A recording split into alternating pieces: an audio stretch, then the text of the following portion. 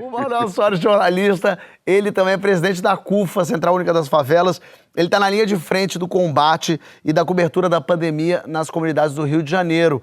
E hoje faz exatamente uma semana que o menino João Pedro foi assassinado, foi morto. Ele tinha 14 anos lá no Complexo Salgueiro e ele estava em casa. Olha que curioso, quando a gente fala fica em casa, a gente fala para as pessoas ficarem em casa para ficarem a salvo, né? Pois é, mas não é bem assim que as coisas funcionam no Brasil, nem no Rio de Janeiro. E hoje a gente vai debater exatamente como é que a gente faz para que a informação chegue de verdade, como é que a gente faz para que faça sentido, né, para a realidade das comunidades. As pessoas que vivem num ambiente que não protegem a vida, Manuel, são mais difíceis de serem convencidas com o discurso de que o coronavírus põe em risco a vida delas. Essa vida já não está em risco há muito tempo. O que você quis dizer com isso? Fala pra gente.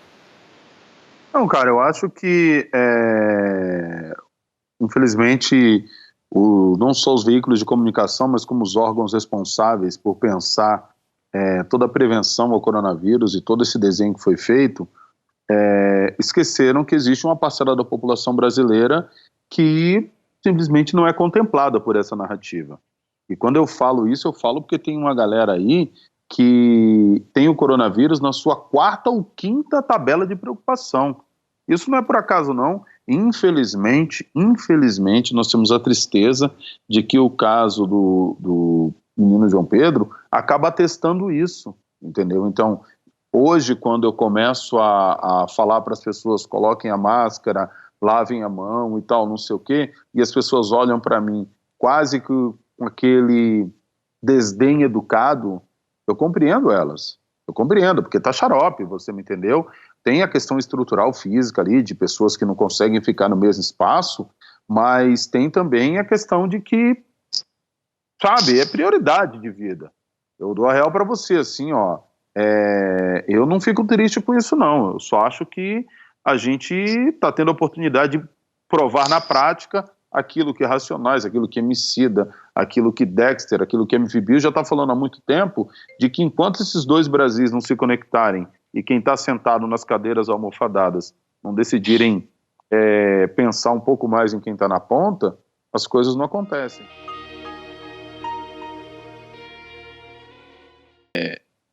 Não são poucas as vezes nas quais esses vários Brasis se cruzam, entendeu? E a gente tem a bênção de conversar com muita gente, de falar com, mano, N brasileiros de várias camadas, de várias cores, de várias classes sociais. Então, eu não acho que haja essa barreira da linguagem propriamente dita, até porque internamente a gente fala o mesmo idioma. Claro que cada região tem seu sotaque, suas especificidades, mas eu acho que tem uma questão que ela é mais importante aí. Qual que é a questão que eu acho? Tem uma análise muito parcial da percepção e da intenção da quebrada com relação à situação do corona. Uma coisa é você querer ficar de quarentena, outra coisa é você poder ficar de quarentena. E essas duas coisas elas são muito distantes, sacou? Tem uma responsabilidade grande, sim, nas quebradas também, tá ligado? Mas ela é proporcional à irresponsabilidade dos burgueses, entendeu? Na verdade, minto. Eu acredito que ela é, inclusive, menor. Só que condições essas pessoas têm para ficar em casa, sacou? Então não é que as pessoas estão ouvindo fica em casa entendendo uma outra coisa, não, elas estão entendendo aquilo, mas elas estão dentro de um contexto onde, mano, a casa do moleque João Pedro tomou 70 e poucos tiros, jogaram 2 granadas na porta, sacou, mano? Não poder parar também é um acréscimo tenebroso, sabe, parça, para não morrer de fome. E aí, esse não poder parar acaba incentivando quem não quer parar, por vários motivos, e até alguns motivos são bastante fúteis, tá ligado? Por mais que as pessoas queiram festejar, eu tenho um vizinho aqui, tá ligado? Eu não tô morando numa quebrada, eu tenho um vizinho aqui que ele já deu 4 festas, tá ligado? 4 festas nesse momento, aqui no último mês, entendeu? A impressão que eu tenho às vezes é que ele comemora cada vez que a gente alcança 3.000 mortos, sacou? Então, não é sobre linguagem, mais uma vez, é sobre poder, tá ligado? Quem pode e quem não pode. Você percebe o fator do desgoverno brasileiro, porque o Brasil não consegue agir de forma coordenada, né?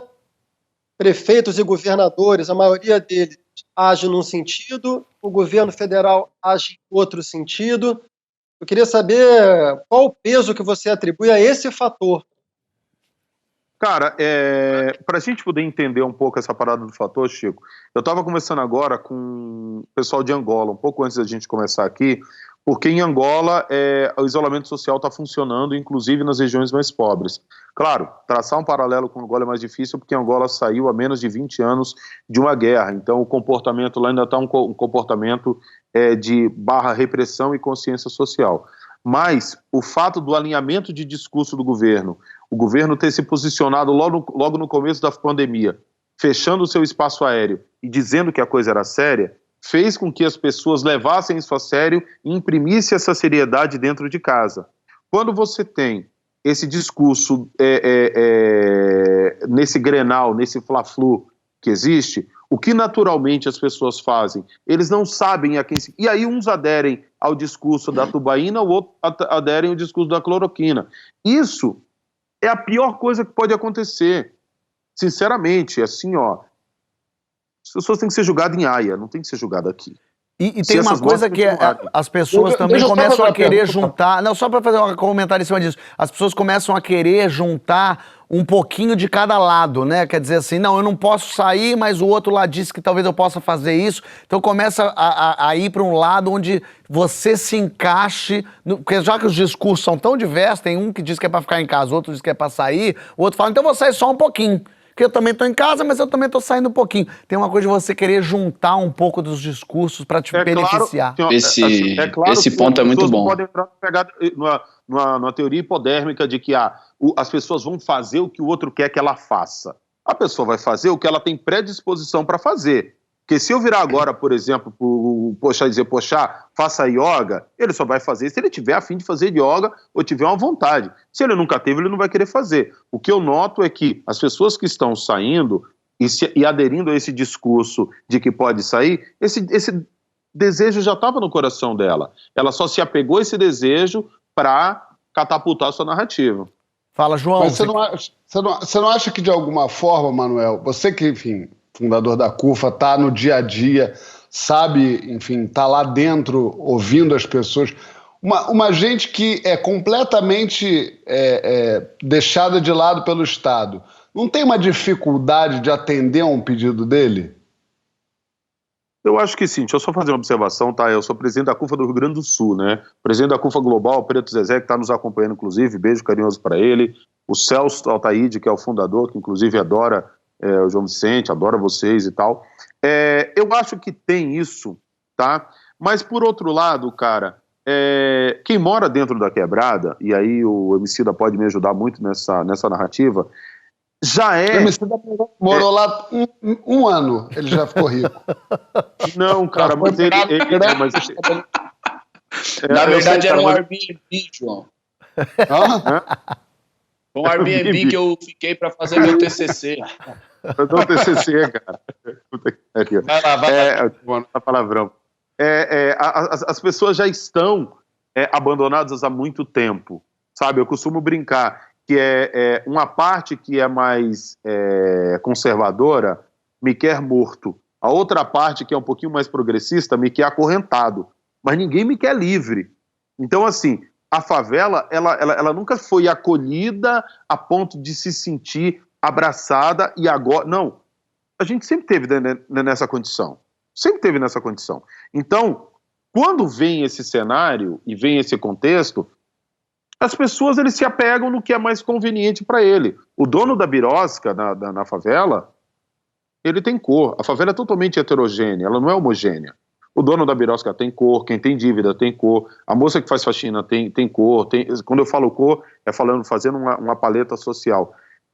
O discurso, óbvio, como o Emicida falou, que todo mundo fala português, mas todo mundo tem uma compreensão da narrativa. Quando chega um médico lá dizendo, olha, nós precisamos tomar cuidado porque a curva está em ascendência e precisamos promover um achatamento dessa curva. Parceiro, na primeira ascendência que ele falou, já desligou o fio da mulher. Já desligou o fio da mulher. Por quê? Porque não pertence ao vocabulário. Então, quando você coloca interlocutores nessa narrativa, são interlocutores que trazem um pouco mais de intimidade com o verbo aplicado naquele ambiente, isso promove uma conexão maior. A repetição é a mãe da retenção. Por quê? Porque a palavra, ela também é semiótica. A palavra precisa desse, entendeu? Dessa conexão que rola. Esse abandono, velho, ele não é um abandono de agora, ele é um abandono histórico. Se você notar, a discussão da pandemia, ela está esfriando. Ela está esfriando na sociedade. As lojas estão abrindo, entendeu? As coisas estão esfriando.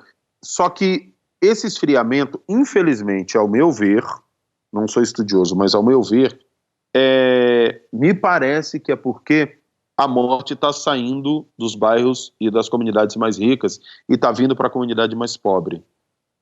Está vindo para a comunidade mais pobre.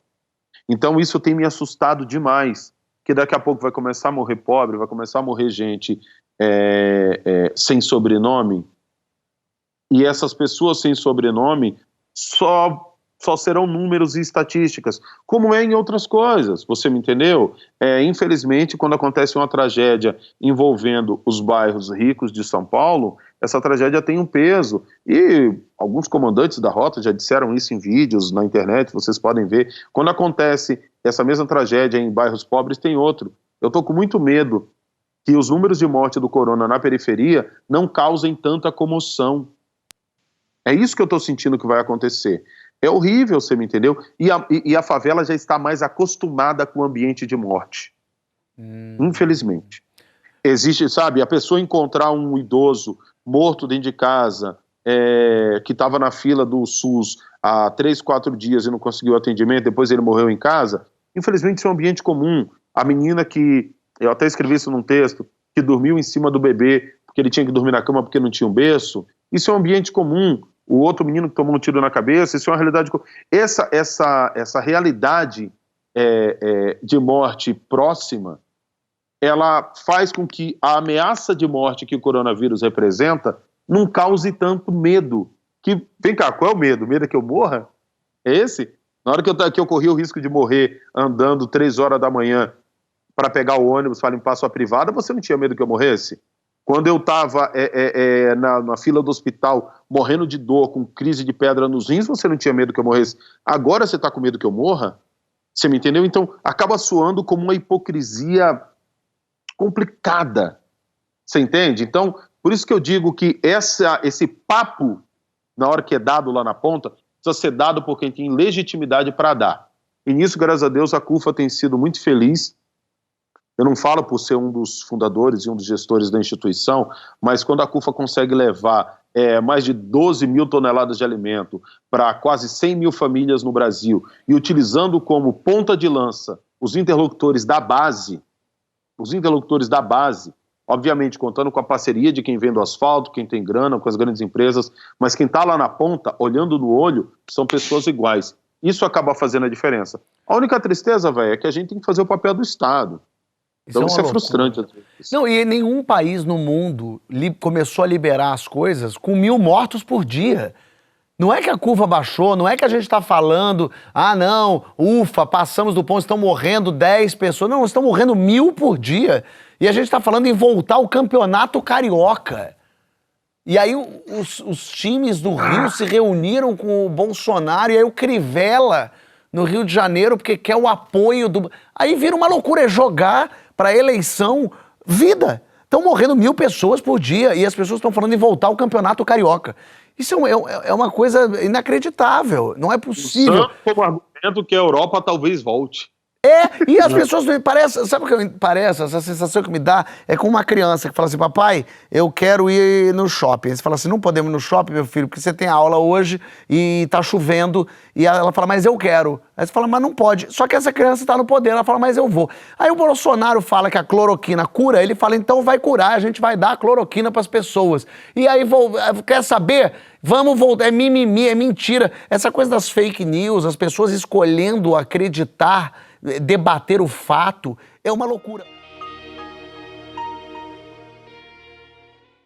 Tem uma coisa nisso tudo que é o bolsonarismo, ele mudou o papel dos artistas na sociedade brasileira, né?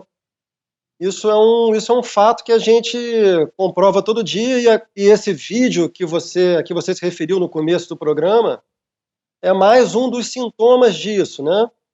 Para os bolsonaristas, os artistas fazem parte de uma espécie de elite liberal progressista em que eles absolutamente não se reconhecem e, muito ao contrário, eles acham que essa elite liberal progressista impôs uma hegemonia da sua visão de mundo durante décadas, no Brasil e em outros países também, e agora chegou a hora deles, chegou a hora de um reacionarismo entrincheirado numa identidade que faz enorme oposição a esse grupo social político a que pertencem os artistas, os intelectuais, os cientistas. Tudo isso para dizer que é muito difícil furar esse bloqueio. Isso tem a ver, de novo, com o que o Hugo está falando, porque a negação, e aí para não perder a piada, o Freud falava uma coisa muito interessante sobre a negação. A negação é uma espécie de ilusão. O Manuel, eles brincam aqui comigo que toda hora o Freud aparece, entendeu? Qualquer assunto o Freud pode aparecer a qualquer momento. Porque Até deixa a gente mesma preocupado, época. vai saber o que o Freud vai dizer, né? Então, isso aí é uma coisa interessante que o Freud vai falar, que o que o Freud chamava de uma ilusão? Uma ilusão não é um mero erro de interpretação. Uma ilusão é uma compreensão da realidade fundada no desejo da pessoa. Então, a pessoa, ela interpreta a realidade a partir do que ela quer, a partir do desejo dela. E por isso que é tão difícil quebrar, porque o desejo é muito forte. Ele é mais forte que as evidências contrárias da realidade.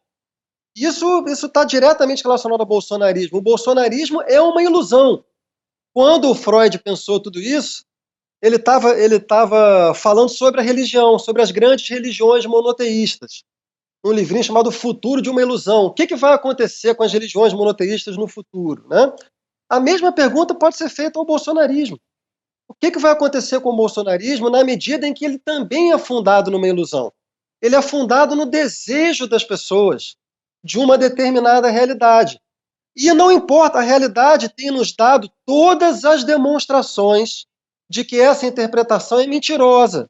O Bolsonaro não está lutando contra a corrupção, ao contrário, ele tentou intervir na Polícia Federal, ele chegou a intervir na Polícia Federal para controlar investigações contra a sua família, a economia vinha crescendo de maneira pífia, etc. E agora, no momento mais decisivo do país, ele age de uma maneira completamente irresponsável. Primeiro diminuiu a doença, depois diminuiu o distanciamento social, né? Eu concordo com o que o Manuel falou, assim, acho que é um crime de responsabilidade contra a sociedade brasileira. É papo de tribunal de Haia mesmo. Agora, como é que você quebra isso? Porque as pessoas querem acreditar nisso. Como é que você faz?